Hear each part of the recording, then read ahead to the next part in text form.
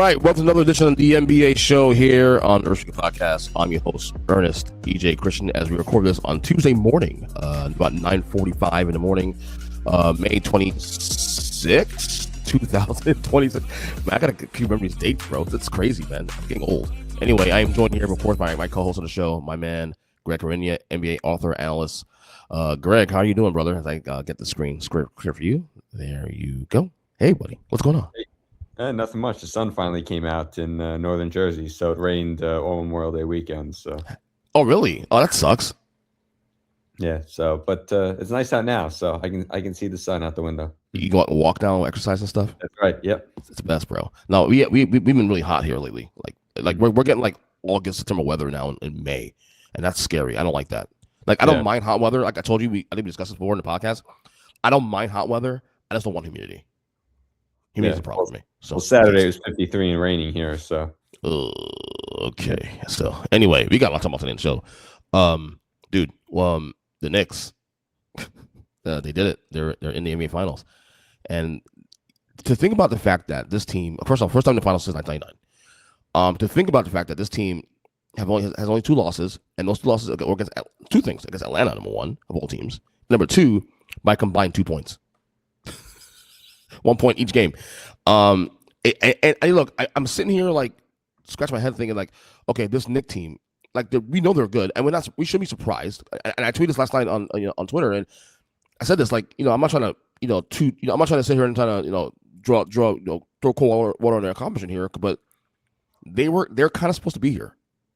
I think most people, I think you and I both had Knicks going to the finals when the year started. So they're only doing what they're supposed to do. Like I'm not knocking it, and obviously they've gotten some breaks in the playoffs, whatnot, but they did damn thing. So the Knicks in the finals first time since 1999. Any reaction to how they've looked? Yeah, I mean, in fairness to them, we both had the Celtics prior to the playoffs, so I think we did.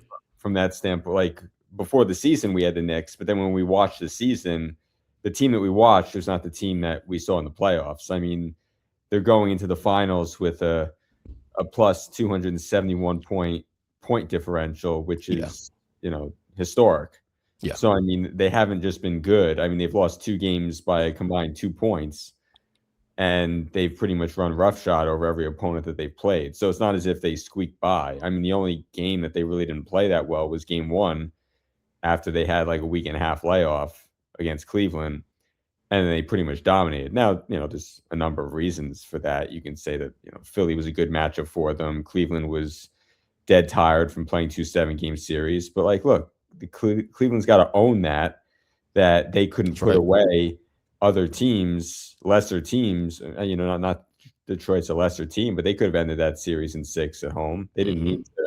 They didn't need to stretch it. So as well as the first round too, also as well as the first round against Toronto. The Knicks took advantage of the circumstance that they put themselves in. They could have taken that Philly series and had it go to 6 games, but they took care of business and they won in 4. So I mean, that's credit to them. And pretty much every guy on their team is on a heater and playing the best basketball of their season. So depending on what goes on in the West, I mean, I think they're live versus both opponents. Like I don't, at this point, why not? Yeah. Because I mean, if we're looking ahead, OKC might not have Mitchell, they might not have J-Dub. And if that's the case, the Knicks are very live in that series, and even against San Antonio. I mean, the Knicks played San Antonio really well during the season. So I don't see why those matchups would change, especially with how the Knicks are playing. So I think that they are, at worst, in a coin flip series against both those teams. Now, granted, if J-Dub comes back and Mitchell comes back, I think that if the opponent is OKC, like they'll be a little heavier underdog. But those guys have to be healthy, and they haven't been healthy for a while. I want to put on your analysis glasses for a second, because we saw the Knicks the first 3 games against Atlanta, and it was totally different team. Like they were. To the point they were down. People forget not only they lost those 2 games to Atlanta, they were down 2-1 the series at one point. And I want to ask you, like, what do you see on the court that's changed? Something changed, because they're not just beating these teams now; they're boat racing these teams in ways that, in numbers. I saw a stat that in the 3 closeout games against Atlanta, Philly, and then Cleveland last night, a combined 118 points. What has changed in the Knicks' philosophy that's made them, that you've seen, that's made them more this dominant, team in the Eastern Conference? I would say the way that they're using Towns is a lot different. Not just using him as a hub to facilitate, but also it's not just a two-man game with Brunson and Towns and then 3 guys stand around. Like, you're getting constant player movement, ball movement, guys are getting involved. I mean, last night's game, they scored 130 points, and not one guy had 20 points.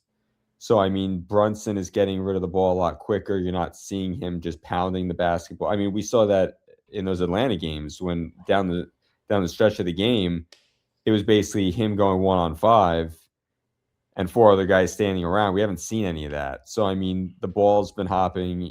Bridges is not just standing in the corner and being asked to be a 3-and-D guy. I mean, he's cutting, he's getting layups, he's getting runouts. He's not just him specifically, but that's emblematic of what all the guys are doing. There's a lot of cutting, there's a lot of off-ball movement.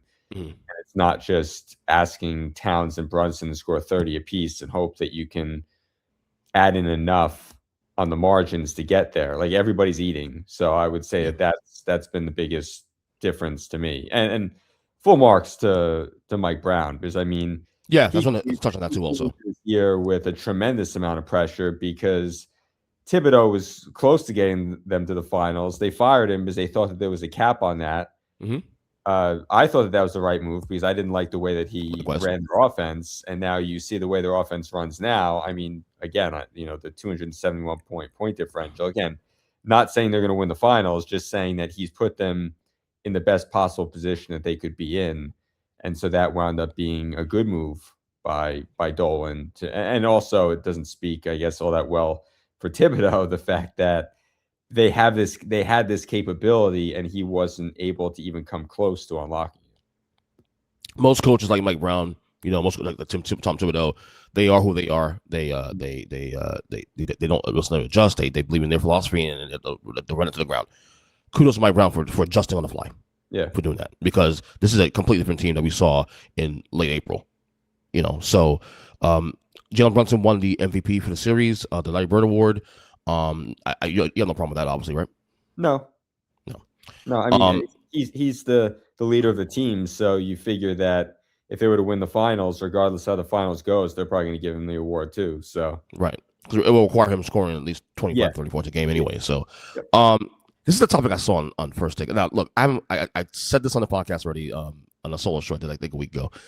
I haven't watched any mainstream media shows since January 1st. I just made a decision to just back away from all that stuff. But I was at work the other day. I was at work yesterday, rather, before Game 4. And I saw a topic on First Take, and it really pissed me off. But I figured, you know what? This, for the sake of argument, I'll bring it up here for the show, for content. The topic was Jalen Brunson, and if he wins the NBA championship this year, which, right on the finals, so and you said they're live. If Jalen Brunson wins the title, is he the greatest Knick of all time? And it really pissed me off. I was like, really, bro? Like, you've seen all the great individual players in history of that franchise. And granted, there isn't really so many, like when you compare to like the Lakers and the Celtics. I mean, obviously it's night and day between the stars that they've had 30 years, but to give Jalen Brunson the nod for greatest Knick of all time, like, that feels way too like hot take, if you want to call that. But what are your thoughts? I don't know if I'd say he's the greatest Knick of all time, but he's probably in the top 2 with Clyde. So I mean, that's still good. Really, you're there, top 2. Well, I mean, look, Patrick Ewing never won a title, so I mean, you're going back to the teams, that last one in '73. So I mean, you're looking at Earl of Pearl and Clyde and Willis Reed, Butcher, Bradley, those guys, yeah. Yeah. So I mean, that's who you're comparing him to, and I guess if you just take the fact that this franchise has been dead on arrival for this entire century, basically, for 25, 26 years. Yeah.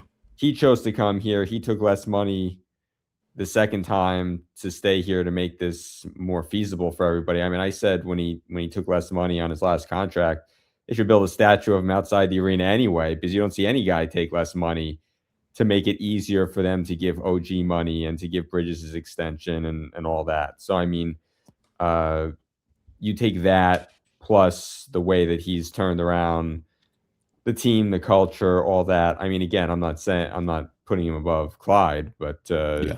he's certainly, in the handful of guys that are there. And if you want to have that discussion, it's probably not outlandish. But I mean, again, Clyde won 2 titles. Brunson has yet to win 1. So Right. I think my problem with that question is the fact that time served. Now, look, I acknowledge Jalen Brunson has been phenomenal in this. Was his year 4, year 3, year 4, year 5, maybe. As being a Knick. So obviously, he's made an impact. But I would still put individually Patrick Ewing's a better player than Jalen Brunson. So even though he didn't win a ring, I think sometimes we underrate the circumstances around that. Like I would say talent-wise, Brunson's a better team talent-wise than Ewing's Knicks at their peak in the 90s, and they almost got there. It wasn't for freaking Michael Jordan and Hakeem Olajuwon and John Starks going 0 for 11 from 3 in Game 7 94 finals. Maybe he gets a title. But this is what I will go ahead. Yeah, one thing that I want to interject there is that if the Knicks were to win a title this year, they'd have to go through either Wemby, who's when all is said and done is going to be seen as a Jordan-like player, assuming he stays healthy, or SGA and that team that's going to be considered a dynasty maybe in potentially I mean potentially.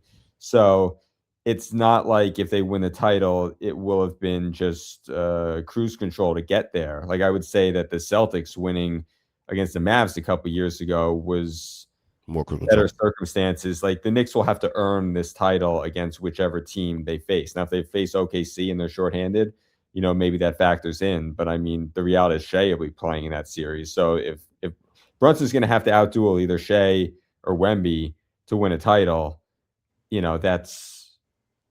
I don't want to compare those guys to Jordan, but I'm just saying that like he will run into substantial competition, and if he wins, he'll deserve the credit for that.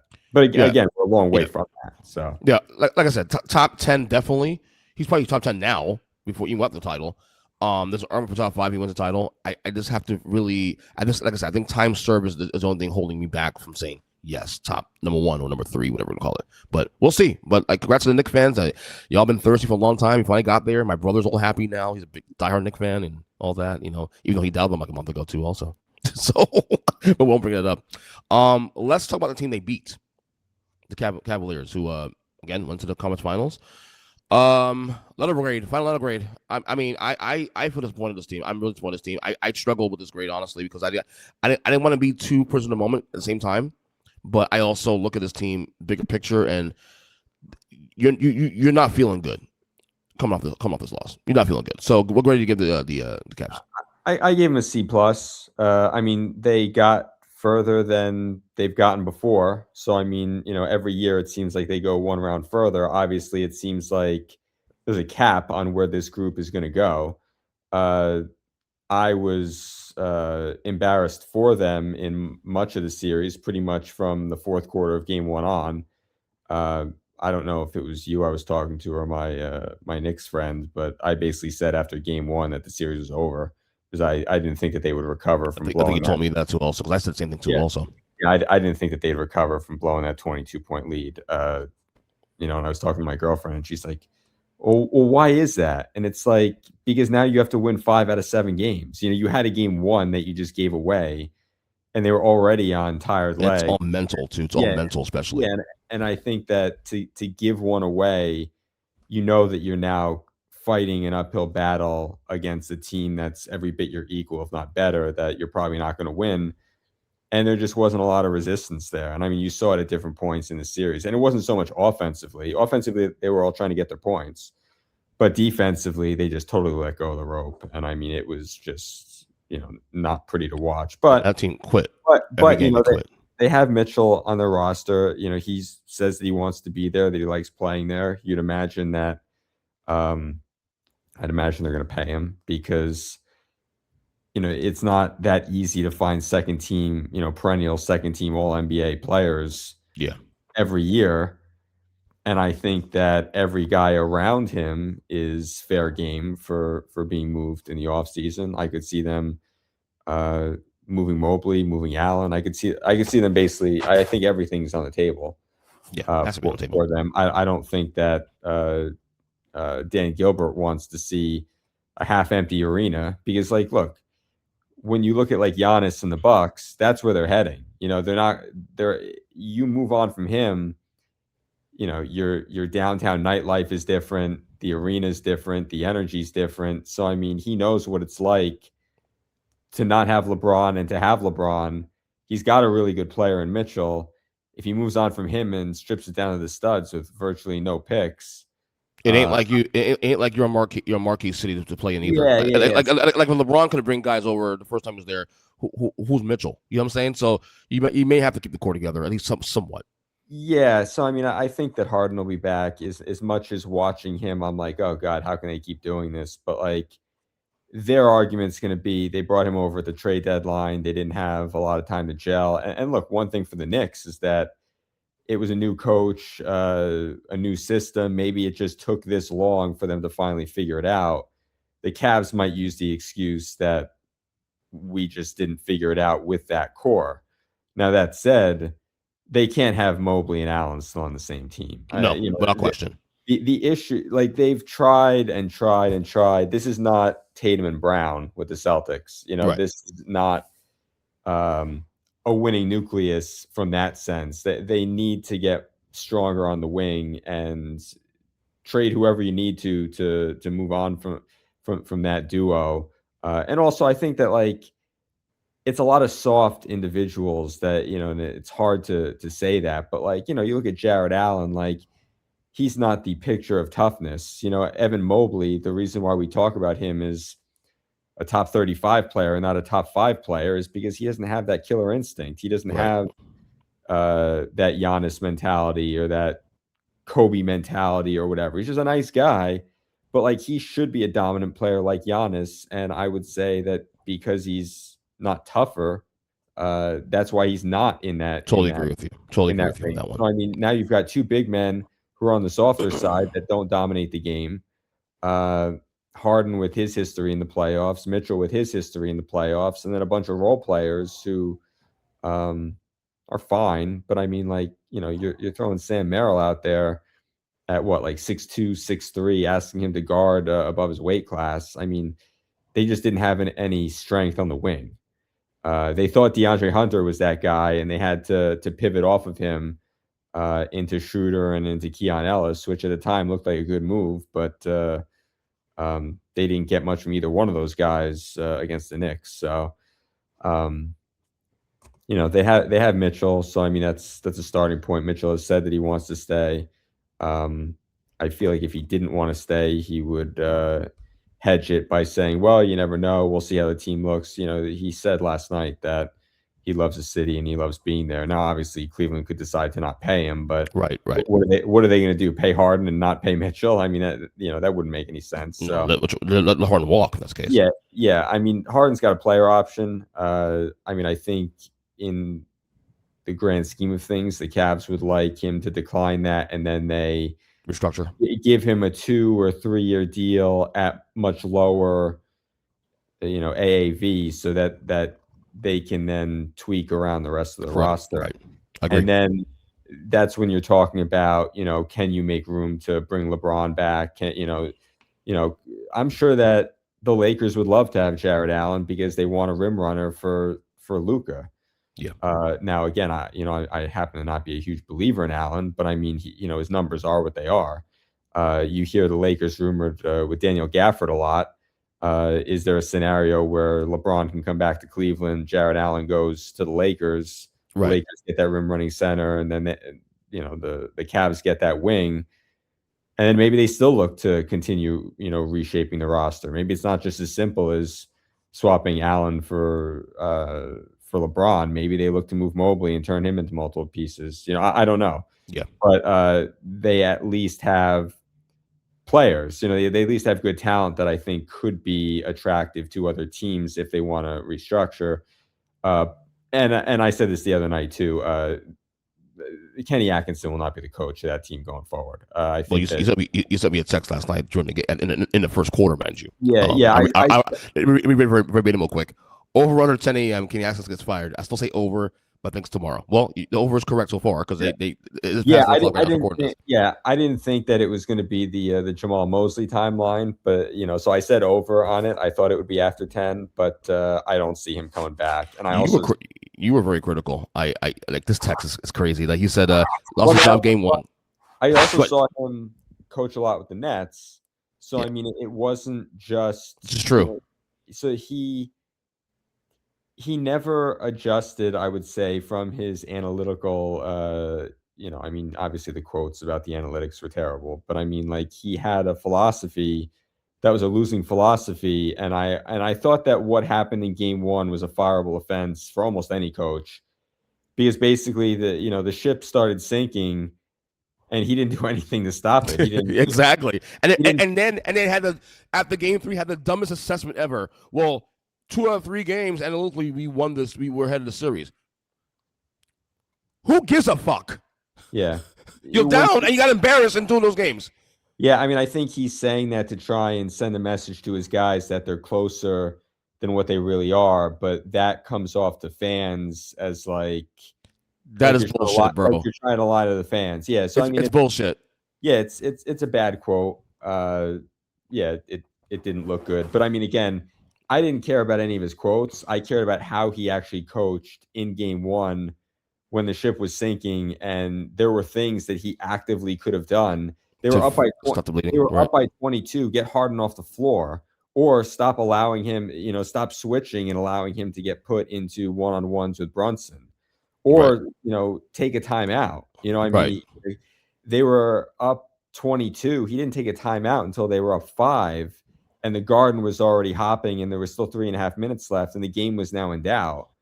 It was too late. And then even on that last possession, he said after the game that he likes to save his timeouts. Well, I don't know if we talked about this, but 1, you can only carry 2 timeouts into the last 3 minutes. That's why you hear the concept of use it or lose a timeout. So he used he had 2 use it or lose it timeouts. He used 1 with 3.5 minutes left, and then he didn't use another one the rest of the game. So before they went to overtime and Merrill had the 3 that rimmed out that could have won the game, he didn't call a timeout then either to set up a play. That they just went. So I mean, I felt like he left his guys out to dry from numerous standpoints, not only personnel wise, but not by not drawing something up. And it's like, if you're a good coach, you should have a set that you can run, that you can get to, that can get you a look. Right.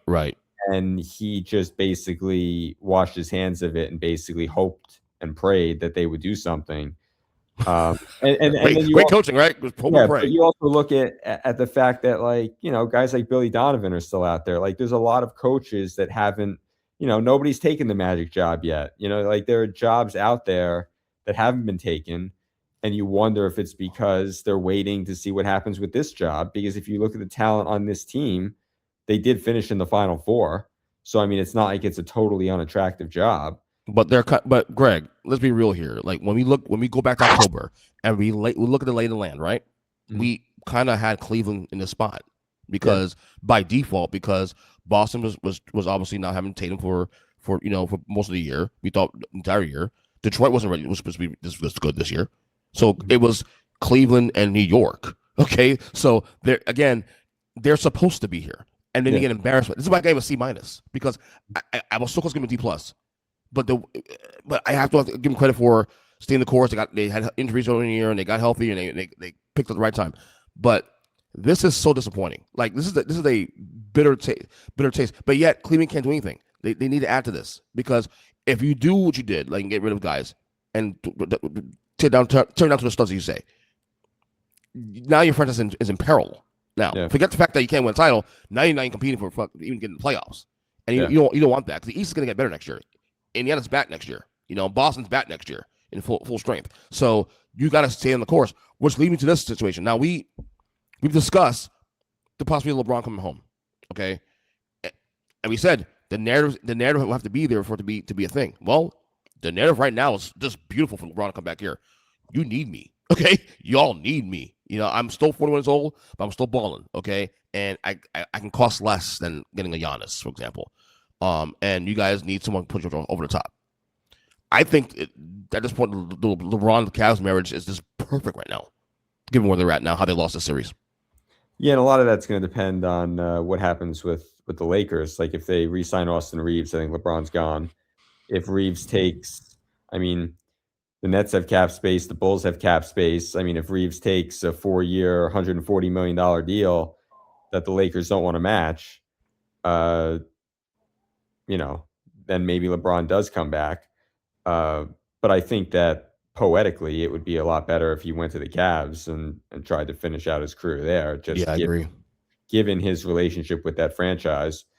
Uh, but we'll see. I mean, I don't think that them getting LeBron precludes them from also trying to get rid of Mobley and Allen and go after Giannis. Giannis, yep. I don't think that at all. I think that their mindset might be, let's try and bring LeBron and another star. Maybe LeBron and a Kawhi, LeBron and a Giannis. And again, I don't know that Well, Giannis Giannis, can be bad for Evan Mobley. I mean, the only reason that the Bucks do that is because they're getting significantly younger, and obviously Mobley has had some success. But again, like I look at him as in this series specifically as a disappointing player. Like he's good, but he should be so much better. I mean, I guess if you think you're the coaching staff with Taylor Jenkins and all that to unlock it, fine. But I feel like maybe they could do better than that. But, yeah, the Cavs are certainly going to try, I'd imagine. They're probably going to try all sorts of things, canvass the league and see what they can do. yeah. I think you can officially add the Cavs now to the Giannis sweepstakes now. Yeah, Officially now. I mean, I think that they had discussions with the Bucks before the deadline. I think that Mobley for But now, given where they're at now in the league, and with it, was quoted then. And mhm. and the thing with the Giannis trade, like not to get off topic here, but like you see like what the Heat are offering with Ware and Hero and a salary. Did you see that Barry Jackson tweet? Apparently, Barry Jackson, the Miami Herald, said that they offered Ware, Hawkes, I think Hero. I don't know if Hero's not part of that deal, but there's a tweet that Barry Jackson reportedly said that there was a lot of people, the 13th pick, 2 first rounders for Giannis. That's a lot of shit. I mean, to me, that's a lot. I mean, like That's too much, actually. In my opinion. Yeah, people will say like, "Oh, that's not enough because of Giannis's stature." But the difference, no. The difference Yeah, is that Kevin Durant, when he was traded, and they got Bridges, and they got Cam Johnson, they got 4 first-round picks. Durant had 4 years left on his deal. yeah. Giannis is in an It's the final expiring. year. Yeah, Yeah. So I mean, the two situations are completely different. Damian Lillard had 3-4 years left on his deal. It's a totally different scenario when you're trading for a guy who can basically say, I'm not resigning there or I'm resigning there. Like, so he has a de facto no trade clause. So like his value is not the same as if he were 4 years under contract, because Milwaukee could then just say, we're not trading you. You're just going to play out your contract or not play and not get paid. and Greg, not only that, something we've been talking about for the last year or two on the show. His window ain't as big as you think it is. Yeah. No. And that 100% true. Again, he's not Durant. He's not going to stand on the perimeter and knock down jumpers. So we agree on that. But I'm just saying, as an asset, from a contractual standpoint, it's not as simple as just saying, "Oh, look what the Nets got for KD. We Yeah, should get that for Giannis." not happening. It's not the same because he's entering the last year of his deal and he can walk. It's just not fiscally prudent either for Miami. Yeah. I don't know if I think it's true, but it's not fiscally prudent to do that. It reeks of desperation, in my opinion. But Cleveland, though, they're in a different spot. They are. Yeah, I will say still, even though disappointing loss that it was, they are still a tight final contender.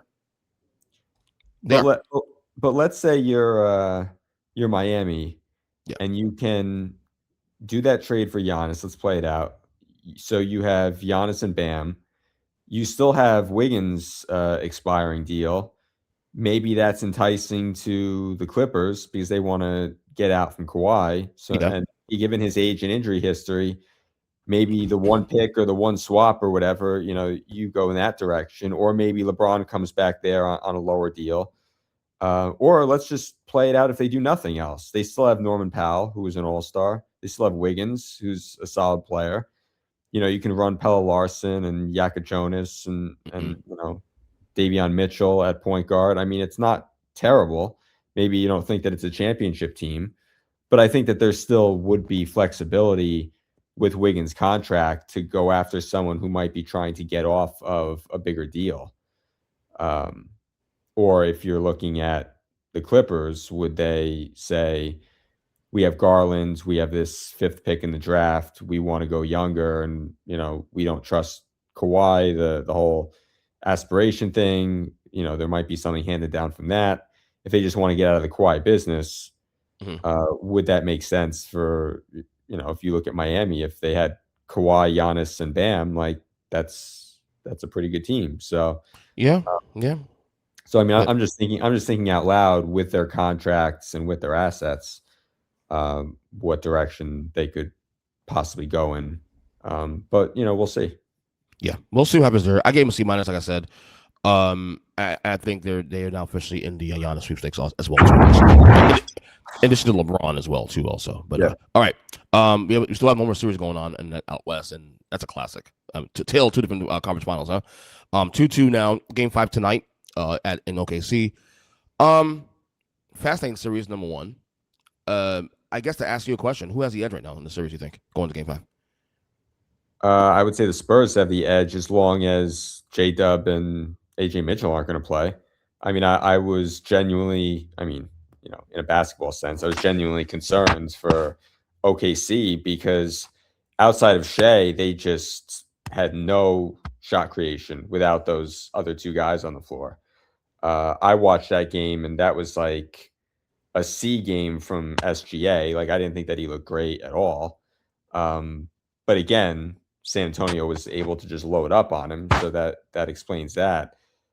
But disappointed in Chet, in much the same way that I was disappointed watching Mobley play. He's a really good defensive player, but he's getting pushed around by Wemby, which, okay, that's understandable. Wemby is a dominant force. But then you're also not giving your team anything on offense either. So if you're just going to be a defensive player that gives your team 8 to 10 points every night, and you're not going to have J-Dub and you're not going to have Mitchell to create, and you're relying on Jared McCain to score 21 points off the bench. You can't rely on 24 points with the bench. I don't think you're going to win that series. Yeah, that's too much to ask for. So this is a big game tonight. This is arguably the biggest game of the season. For any team or for any teams, this could go a long way in deciding how the finals go. And I'm assuming those guys aren't going to play. So you're going to need a legacy game from SGA tonight. Yep. Basically, I don't care where the game's being played. I just look at it and I'm like, they're eventually, even though they're super deep, those injuries to their second and third shot creators, like that's going to come back to haunt them, if those guys aren't there. And which is why I thought Game 4 was a must win for the Thunder because of the injuries, not knowing when we're getting Williams back. There's no word when to come back. I mean, you heard anything about that?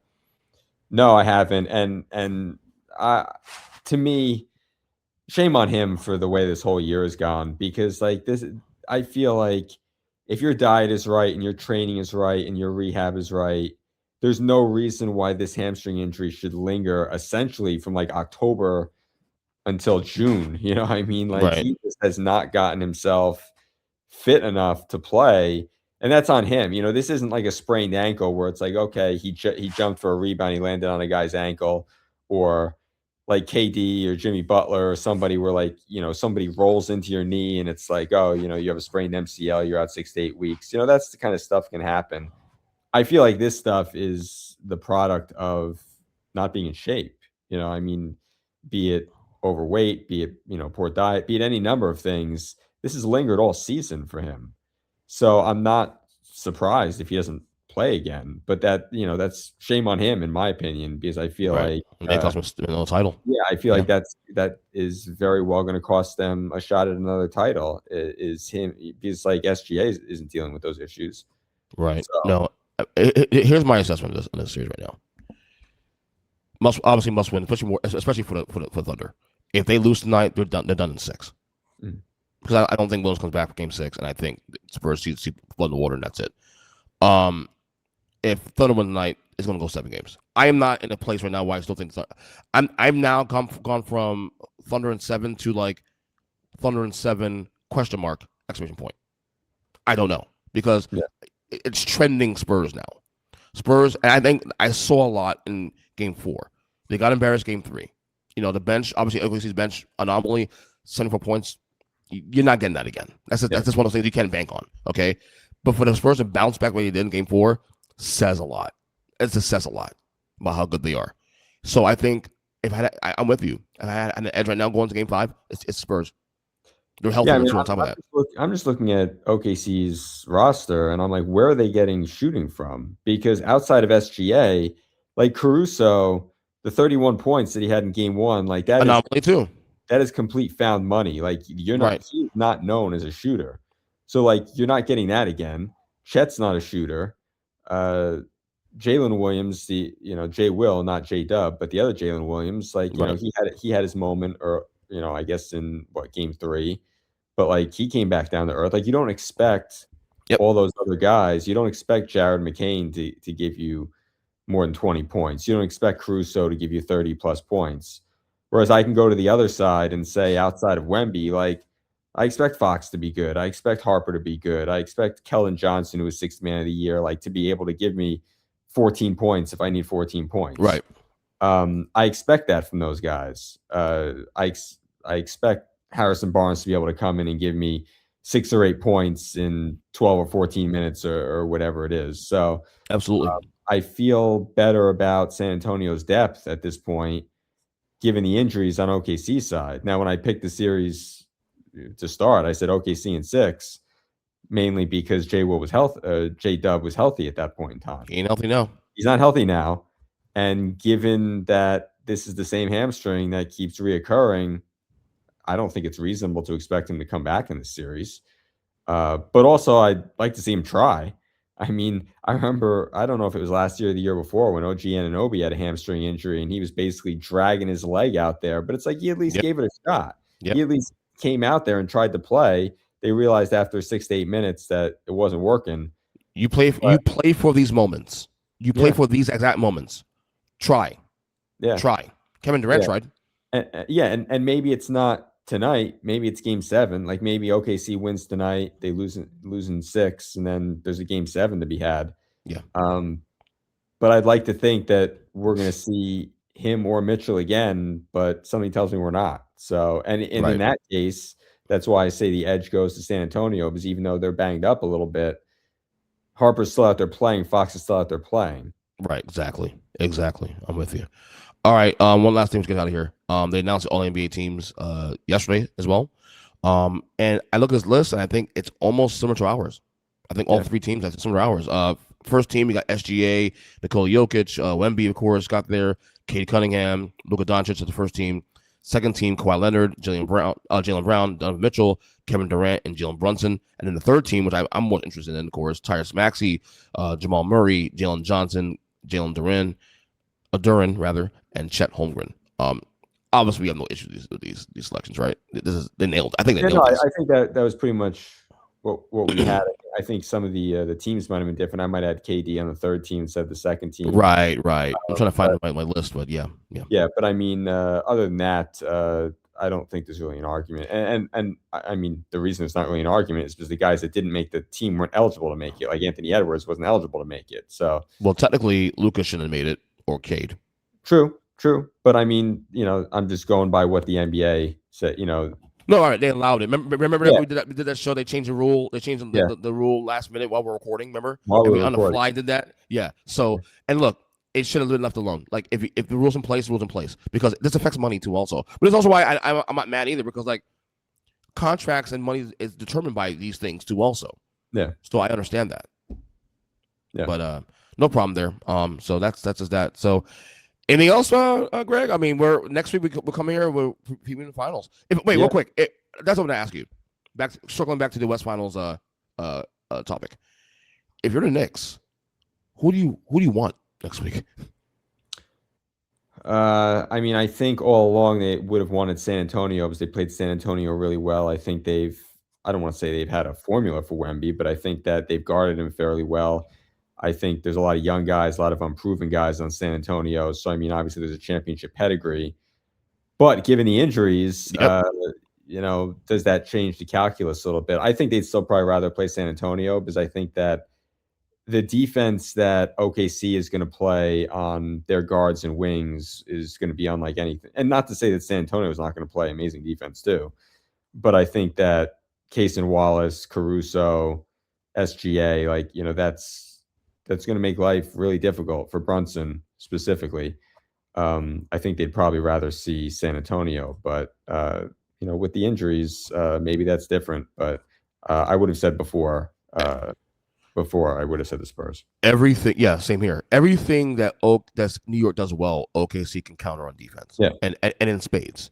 But the problem is now if there are if there are lesser bodies now, there's the sieve right there.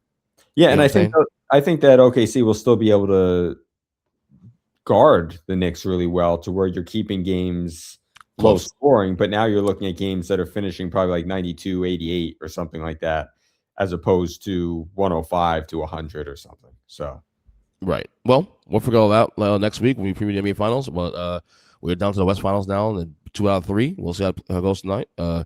Greg, good job as always, man. Anything else you want to plug? Or anything else? We got into 40 minutes like you wanted to. Nope. This was perfect, and next week we'll have a finals to preview. So looking forward to that.